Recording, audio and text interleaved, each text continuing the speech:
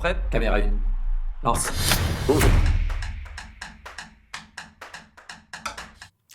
Yeah, so it's not the case where the project was presented to me and there was a certain point where I would say like I want to direct this.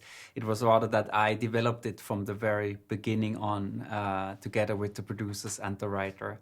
So we were deciding that we want to make something about that day in Munich. And I learned first about what happened there when actually I saw a documentary as a teenager still in the cinemas called One Day in September by Kevin MacDonald. And that was a huge inspiration. And we first did a broad research and we found our perspective through a conversation that we had in research with the real Jeffrey Mason. That's the character played by John Magaro, who worked for ABC Sports back then and experienced that, how they made that switch. I was in that control room on that day and when they made that switch from reporting on the Olympics to reporting on this crisis. Ok.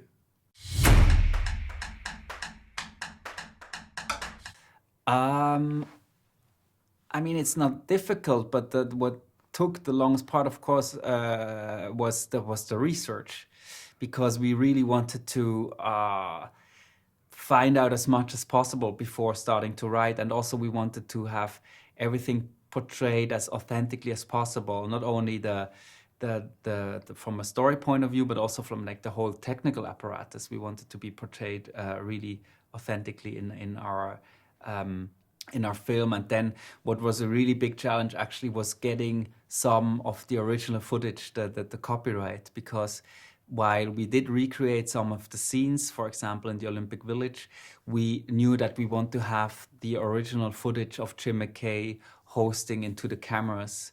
And to get this footage, the license to it, was not easy because it is a complex copyright situation, and we only got it because we got the support of Jeffrey Mason, who is still very connected in the sports world, behind us, and I think that opened doors on that. Yeah, that's a good question, because actually for quite some time we didn't have the access to a lot of footage, so we only had these clips that you would find online or in the documentaries. And it was quite late in the process that we got sent much more of the original tapes that ABC had.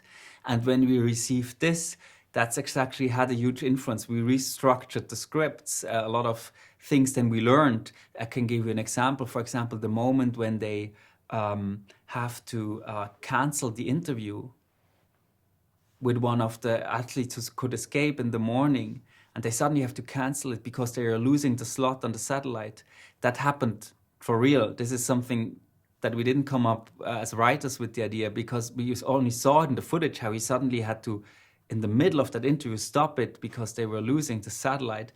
This, of course, then was something that we were like, oh, we have to have this in the script.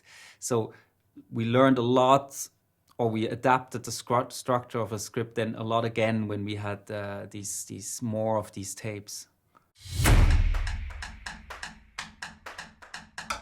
Yeah, I think the interesting thing is that it is the same questions. That's at least what I heard from people that are working in today's newsroom that saw the movie. They said to me, like, to them it was striking to see, like, while obviously technology has changed, today everything is faster even, but these bigger questions are still exactly the same. And for our film, of course, an important premise, part of the premise is that it was sports journalists, didn't have the experience or the training on reporting on a crisis, and suddenly, as they were alive, they were confronted with these moral questions that you were just referring to.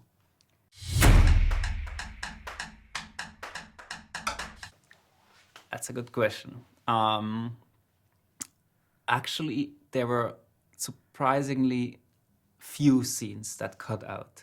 I think I would say, or at least from my experience from previous movies, there were more scenes that didn't find its way in the final edit. That's also partly because the script was already really tight and short. We wanted the screenwriter, Moritz Binder, and our co-writer, Alex, David, and I, we had this idea that we want the film to feel like a rush, like they were in that rush of reporting on this crisis themselves. That's what Jeffrey Mason told us. So it should also be really tight and a page turner. There were some scenes though. One, I can give you like a really profane example. That was, we had a scene where one of the runners was making sandwiches, because we thought like, okay, at a certain point they needed to eat, and we wanted to show that also, because we thought like, oh, that's interesting to show the reality also of the TV control rooms, that at a certain point they have to eat. But then it just felt like, yeah, it didn't feel important enough, of course, regarding the bigger subject.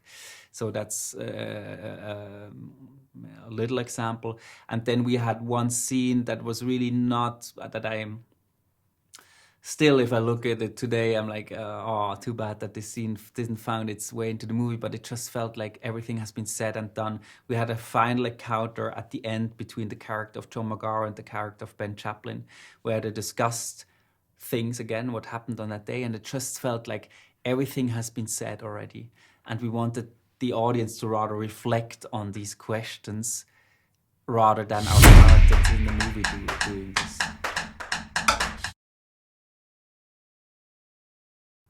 Well, I would say go and see September 5, because in a time where we are surrounded by such a rapidly evolving media landscape, and we might not even know yet what an influence that has on how we consume, the media has on how we perceive political events, it is interesting to see how a little bit more than 50 years ago, a team of sports broadcasters reported for the first time in live television on a tragedy like this, and how it was a turning point in media history that still has an impact still today.